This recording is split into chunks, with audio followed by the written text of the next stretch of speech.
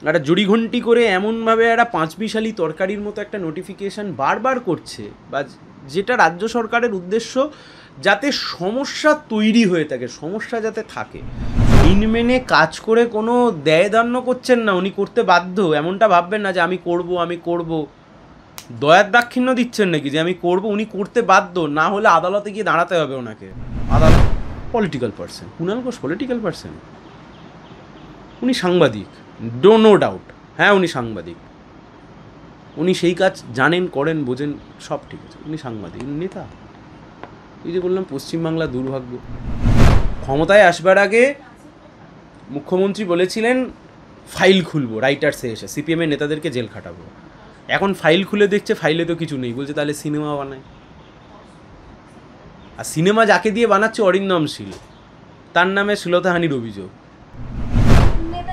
আরে দূর, বাংলার রাজনীতিতে কিছু পড়ে আছে, বেঁচে আছে বাংলার রাজনীতিতে? ছেলে খেলা হয় বাংলার রাজনীতিতে, ছেলে খেলা হয়। আমি তো কষ্ট হয়, দুঃখ হয়, যন্ত্রণা হয় এসব দেখে। ছেলে খেলা হয় বাংলার রাজনীতিতে। দাদা, একেবারেই এসএসসির পক্ষ থেকে নতুন যে বিজ্ঞপ্তি করা হয়েছিল 2016 সালের একাধিক চাকরি প্রার্থী, সেই নিয়ে আদালতে দ্বারস্থ হয়েছিলেন, কিন্তু আজকে যে জরুরি বেঞ্চ, সেখান থেকে স্পষ্টত বলা হয় এখানে তারা হস্তক্ষেপ করবে না। 16ই জুন থেকে যে নিয়োগ প্রক্রিয়া, সেটা একদম বাধাহীনভাবে করতে হবে, এবং পরবর্তী এর যে শুনানির ডেট দেওয়া রয়েছে, কোনো সমস্যা হলে সেই দিন দেখা যাবে। কি বলবেন? আজ নয়তো কাল এই বিজ্ঞপ্তি আটকে যাওয়ার সবচাইতে প্রবল সম্ভাবনা। তার কারণ কলকাতা হাইকোর্টের ডিভিশন বেঞ্চ যে অর্ডার দিয়েছিল এবং পরবর্তীকালে যেটা ফাইনালিটিতে পৌঁছায় সুপ্রিম কোর্টের জাজমেন্টের পরে, এই দুটো ক্ষেত্রেই পরিষ্কার হয়ে গেছে 2016 যে রুলস রেগুলেশনস যা ছিল সেই অনুযায়ী পরীক্ষা নিতে হবে। দেখুন, রাজ্য সরকার বা এসএসসি ইচ্ছা করে প্রতিবার এমন একটা পরিস্থিতি তৈরি করছে যেখানে আদালত হস্তক্ষেপ করতে বাধ্য হচ্ছে, কখনো সিঙ্গেল বেঞ্চ, কখনো ডিভিশন বেঞ্চ, কখনো সুপ্রিম কোর্ট। প্রশ্ন খুব পরিষ্কার, পরীক্ষা নিতেই হবে, আজ নয়তো কাল পরীক্ষা নিতে হবে। রাজ্য সরকার প্রথমে গালগল্প দিয়ে চালিয়ে দিল রিভিউ পিটিশন। কোথায় গেল সেই রিভিউ পিটিশন? যে ব্যক্তি রিভিউ পিটিশন করেছেন তিনি আবার জাজমেন্ট মেনে পরীক্ষা নিচ্ছেন, গাল গল্প দেওয়ার জায়গা পান না। তার মানে ওনারা জাজমেন্টটা মেনে নিলেন, এবং মেনে নিয়ে ইচ্ছা করে এমনভাবে একটা নোটিফিকেশান করলেন যে নোটিফিকেশানের মাধ্যমে আরও বেশি সমস্যার সৃষ্টি হলো। 2016 যারা চাকরি পেয়েছিল তারা দলে দলে গিয়ে এবার মামলা করবে,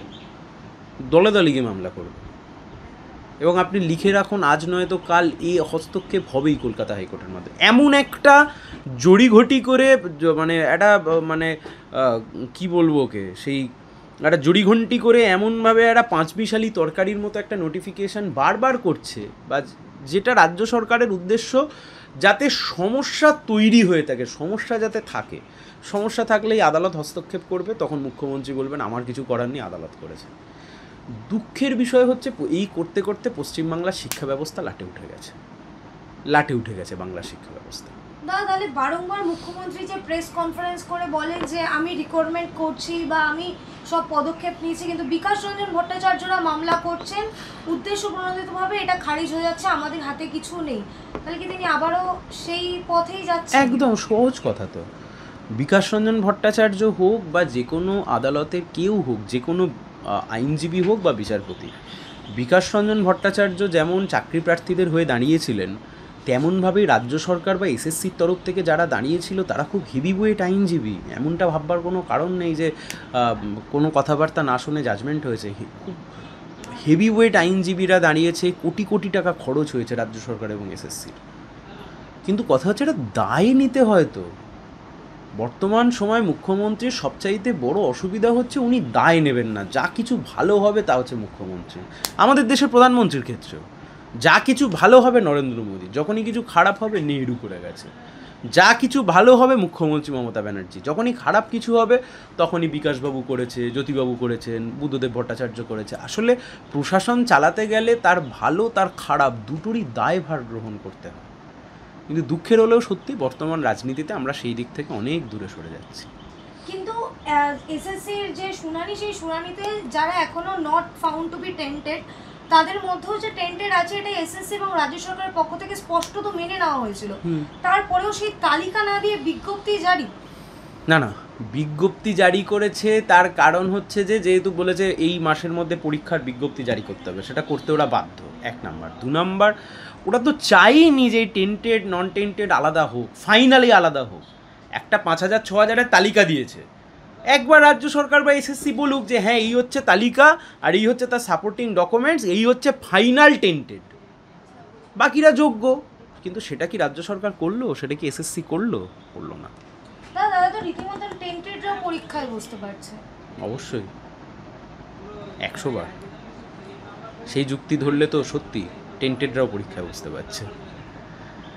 এই যুক্তিতে টেন্টেড ওর মধ্যেও ঢুকে আছে। এই যুক্তিতে যদি গোটা 19,000 বাতিল হয়ে যায়, তাহলে সেই যুক্তিতেই তারাও বা নতুন পরীক্ষা দিতে পারবে কিভাবে, যেখানে যারা টেন্টেড চিহ্নিত হয়ে গেছে তারা পরীক্ষা দিতে পারছে না।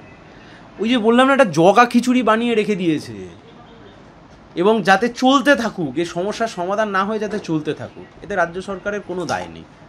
আগে 40,000 50,000 টাকা মাইনে দিতেও তো এখন 6,000 10,000 টাকা ভাতা দেবে, এই দিয়ে চালাবে। এই তো পশ্চিমবাংলার অবস্থা। কিন্তু একেবারেই আমরা যেমনটা জানি, মুখ্যমন্ত্রী বারংবার প্রেস কনফারেন্সে বলেছেন যে আমি সুপ্রিম কোর্টের আইন মেনে কাজ করব, আইনজ্ঞদের সাথে পরামর্শ নেব। উনি আইন মেনে কাজ করে কোনো দায়দান্য করছেন না, উনি করতে বাধ্য। এমনটা ভাববেন না যে আমি করব দয়ার দাক্ষিণ্য দিচ্ছেন নাকি যে আমি করব। উনি করতে বাধ্য, না হলে আদালতে গিয়ে দাঁড়াতে হবে ওনাকে। আদালত অবমাননা করলে দেশের প্রধানমন্ত্রীকে দাঁড়াতে হয়েছিল, ইন্দিরা গান্ধী। এত ঠুনকোভাবে কেউ নেবেন না যে উনি করতে বাধ্য, এই কি বলে উনি করে দিচ্ছেন আদালতে, উনি কোনো দয়ার দান করছেন না। She is bound to do that. কিন্তু এই আইন মেনে তো গ্রুপ সি গ্রুপ ডি দের রিকোয়ারমেন্টের যে বিজ্ঞপ্তি, সেই বিজ্ঞপ্তিও তিনি দেননি। উপরন্ত গ্রুপ সি দের ভাতা দেবেন বলেছেন। অন্যদিকে গ্রুপ সি দের একটি ভিডিও এবং অডিও ক্লিপিংস রীতিমতন খবরের এখন শিরোনাম বলা যেতে পারে। সেখানে 4 মাথা সহ আমাদের প্রাক্তন শিক্ষামন্ত্রী, তার নামও জড়িত। কি তো মানে আপনি এই গোটাটার মধ্যে অস্বাভাবিকটা কোথায় দেখছেন? আমার প্রশ্ন হচ্ছে এখানেই। সবটাই স্বাভাবিক। যাদের থেকে টাকা নিয়ে চাকরি দিয়েছে তাদেরকে যদি এখন কিছু ভাতা টাতা না দেয়, যে গ্রুপ সি গ্রুপ ডি আপনি যা বলছেন, মানে যারা টেন্টেড চিহ্নিত হয়ে গেছে, যদি ভাতা বা ইত্যাদি না দেয়, তো তারাই বা ছেড়ে দেবে কেন? ব্যাংকে রাখলে তো ইএমআই করলে ইন্টারেস্ট পাওয়া যায়। ওরা তৃণমূলের পার্টি অফিসে গিয়ে টাকা দিয়ে ইনভেস্টমেন্ট করেছে, ডিপোজিট, চাকরি কিনেছে, ইএমআই পাচ্ছে। এখন অন্য ডিপার্টমেন্টে তাদের চাকরি করিয়ে দেবে যদি এখানে তাদের না হয়। তিনি জীবনে করাতে পারবে না, জীবনে করাতে পারবে। যারা টেন্টেড তারা জীবনে করাতে পারবে না। তিনি স্পষ্টত তো এই কথাই জানিয়েছিলেন। উনিই তো বলেছিলেন ডবল চাকরি দেবে, ডবল চাকরি। এক হাতে গরু পাচার, এক হাতে কয়লা পাচার, হয়ে গেছে ডবল চাকরি। 12% সুদে বেতনও ফেরত দেওয়া হয়নি এখনো পর্যন্ত। নিতে বাধ্য হয়নি, কি নিতে বাধ্য। রাজ্যের শিক্ষা ব্যবস্থা কোথায় গিয়ে দাঁড়াচ্ছে শেষ পর্যন্ত? রাজ্যের এই অবস্থা, শিক্ষা ব্যবস্থা কোথায় গিয়ে দাঁড়াচ্ছে যদি তুমি বলো, উঠে গেছে, লাটে উঠে গেছে। যে মডিফিকেশান যেটা করেছিল এসএসসির তরফ থেকে, সেখানে ওরাই বলেছে একজন শিক্ষক পিছু 50 জন ছাত্রছাত্রী। আর 26,000-এর এই গল্পের পরে সেটা নাকি 1:56। শিক্ষক শিক্ষিকারা অর্ধনগ্ন হয়ে রাস্তায় ঘুরে বেড়াচ্ছেন, বিরোধিতা করছেন। যোগ্য অযোগ্য ইচ্ছা করে আলাদা করলো না, তাদের উপরে লাঠিচার্জ করছে, মারধর করছে। রাজ্যের বুকে শেষ 10 বছর 12 বছর এই 15 বছরে একবার মাত্র এসএসসি পরীক্ষা হয়েছে। এটা সরকার চলছে, কেবলমাত্র বিজেপি আর তৃণমূলের একটা নিজেদের মধ্যে সেটিং করে রেখেছে। হিন্দু মুসলিম ভোট ভাগ করো, ওখানে ভোট পাইয়ে দাও, এখানে ভোট পাইয়ে দাও। আরএসএস মাথার ওপরে বসে আছে। এত চুরি দুর্নীতির পরেও যে শুভেন্দু অধিকারী বলতো ভাইপোকে জেল খাটাবো, সেই ভাইপো এখন ভারতবর্ষের সরকারের প্রতিনিধি হয়ে কোথায় জাপান, কোথায় জাকার্তা, সব জায়গায় গিয়ে মোদির সরকারের প্রতিনিধি হয়ে বক্তৃতা দিয়ে এসছেন। আর এরা গালগল্প শোনাচ্ছিল আমাদেরকে যে ভাইপোকে জেল খাটাবে। আবার বলছি যে বিজেপি যতদিন মাথায় হাত দিয়ে আছে, তৃণমূল সরকার চালাচ্ছে, কেন্দ্রের বিজেপির নেতারা। কি খোলা কথাই, শুভেন্দু অধিকারীও জানেন। এখন আর লজ্জায় বলতে দেখেন যে ভাইপোকে জেল খাটাবো। শেষবার মনে করে দেখুন, আগে বলতো বুয়া ভাতিজা দুজনকে জেল খাটাবো, এখন আর বলতে শোনেন আপনি মনে করে দেখুন তো, শেষ কবে কেন্দ্রের বিজেপি নেতা বা রাজ্যের বিজেপির নেতা তৃণমূলের দুর্নীতির বিরুদ্ধে আর লড়াই করছেন? না, গোটাটাই একটা ধর্মীয় রাজনীতির জায়গায় নিয়ে চলে গেছেন। অমিত শাহের যে মিটিং হলো, আপনি শুনলেন সেখানে 2019 সালে অমিত শাহ বলেছিলেন যদি আমি দ্বিতীয়বারের জন্য ক্ষমতায় আসি 90 দিনের মধ্যে সারদার জাজমেন্ট দেব। সারদা রোজ ভ্যালির আজ অব্দি ট্রায়াল শুরু করতে পারিনি। আসামের মুখ্যমন্ত্রী হেমন্ত বিশ্ব শর্মা কংগ্রেসের নেতা ছিলেন, যিনি রোজ ভ্যালিতে অভিযুক্ত, তিনি এখন বিজেপির মুখ্যমন্ত্রী হয়ে গেছেন। মাঝখান থেকে ওই যে ওই উবে গেছে কর্পূরের মতো, সব সব সব উবে গেছে, টাকা পয়সা আত্মসম্মান সব সব সব শেষ। দাদা এই যে কর্পূরের প্রসঙ্গে আমরা একেবারে নেতা থেকে অভিনেতা হতে দেখছি, কুণাল ঘোষকে অন্যদিকে জেল খাটা আসামি থেকে নেতা হতে দেখে, কি বলে অভিনেতা, নেতা কবে ছিল আমি জানি না, জেল খাটা আসামি থেকে অভিনেতা। জেল খাটা আসামি কি আবার জেলে যেতে পারে? রুল তো একেবারে জারিগত, সেটা আইনের বিষয়, পেন্ডিং আছে কলকাতা হাইকোর্ট। আগামীকাল কুণাল ঘোষকে একেবারে ডাকা হয়েছে। কুণাল ঘোষ প্রেস কনফারেন্স করে জানিয়েছেন যে আমি একেবারে সময়ে যাব এবং সব কথা বলে বেরিয়ে আসতে পারবোই ওখান থেকে। আমি কি বললাম, আদালত মামলা শুনছে, আদালতের বিষয়, এই বিষয়তে আমি মন্তব্য করব, কিন্তু আবার বলছি হঠাৎ হঠাৎ করে কাউকে নেতা বেতা বানিয়ে দেবেন না, মঞ্চে দেখলেই নেতা টেতা বানিয়ে দেবেন না। বাংলার দুর্ভাগ্য, দেখুন সুব্রত মুখার্জি নেতা, কংগ্রেসের নেতা ছিলেন, পরে তৃণমূলের নেতা, মন্ত্রী হয়েছিলেন, উনি আমাদের বিরোধী দল করেন, দক্ষিণপন্থী রাজনীতি করেন, কিন্তু উনি নেতা, অনেক ক্ষতি করেছেন, সিপিআইএমের কর্মী খুনও হয়েছেন সেই সময়তে, এসএফআইয়ের কমরেডরা আক্রান্ত হয়েছেন উনি যে সময়তে ছাত্র পরিষদ করতেন, কিন্তু উনি নেতা, political person. Kunal Ghosh political person, উনি সাংবাদিক, নো ডাউট, হ্যাঁ উনি সাংবাদিক, উনি সেই কাজ জানেন, করেন, বোঝেন, সব ঠিক আছে, উনি সাংবাদিক, উনি নেতা।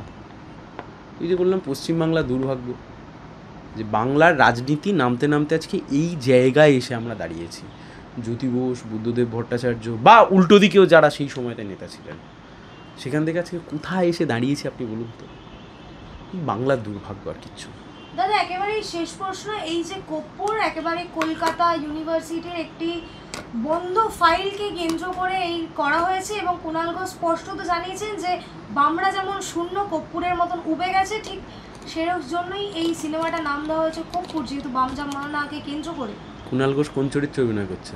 রাজনৈতিক একজন ব্যক্তি। রাজনৈতিক একজন ব্যক্তি, যাক, বাস্তবের জীবনে তো রাজনৈতিক ব্যক্তি হয়ে উঠতে পারলেন না, জেলকাটা আসামি হয়ে রয়েছে, যদি সিনেমায় অন্তত রাজনৈতিক ব্যক্তি হয়ে উঠতে পারেন ভালো, কোনো অসুবিধা নেই। দেখুন কথা খুব পরিষ্কার, দোগলাবাজির একটা লিমিট থাকে। ক্ষমতায় আসবার আগে মুখ্যমন্ত্রী বলেছিলেন ফাইল খুলবো, রাইটার্সে এসে সিপিএমের নেতাদেরকে জেল খাটাবো। এখন ফাইল খুলে দেখছে ফাইলে তো কিছু নেই, বলছে তাহলে সিনেমা বানায়। আর সিনেমা যাকে দিয়ে বানাচ্ছে অরিন্দম শীল, তার নামে শ্লীলতাহানির অভিযোগ, ওখানেও কর্পূর 2 হবে, কুণালবাবু অরিন্দম শীলের চরিত্রে অভিনয় করবেন, অসুবিধার কী আছে? কর্পূর মানে উবে যাওয়া, সারদার টাকা উবে গেছে, রোজভ্যালির টাকা উবে গেছে, বা বাংলার আত্মসম্মান বোধ উবে চলে গেছে। কুণাল ঘোষ বাইরে ঘুরে বেড়াচ্ছিলেন, একদিন উবে গিয়ে জেলের মধ্যে চলে গেলেন, সবই কর্পূর। বাংলার রাজনীতিতে এখন অভিনেতা হিসেবে আরে দূর, বাংলার রাজনীতিতে কিছু পড়ে আছে, বেঁচে আছে বাংলার রাজনীতিতে? ছেলে খেলা হয় বাংলার রাজনীতিতে, আপনিও তো একজন কোথাও ছেলে খেলা হয়। আমি তো কষ্ট হয়, দুঃখ হয়, যন্ত্রণা হয় এসব দেখে। ছেলে খেলা হয় বাংলার রাজনীতিতে। বাংলার রাজনীতির একটা বড় একটা অংশ যেটাকে রাজনীতি বলে চালাতে চাইছে, ওসব দেখলে মানে দুঃখ লাগে, যন্ত্রণা লাগে। শুধুমাত্র ভোটে হারা জেতার বিষয় না, শুধুমাত্র ভোটে হারা জেতার বিষয় না। ভোটে মমতা ব্যানার্জিও হেরেছিলেন যাদবপুর লোকসভায়, ভোটে বুদ্ধদেব ভট্টাচার্যও হেরেছিলেন।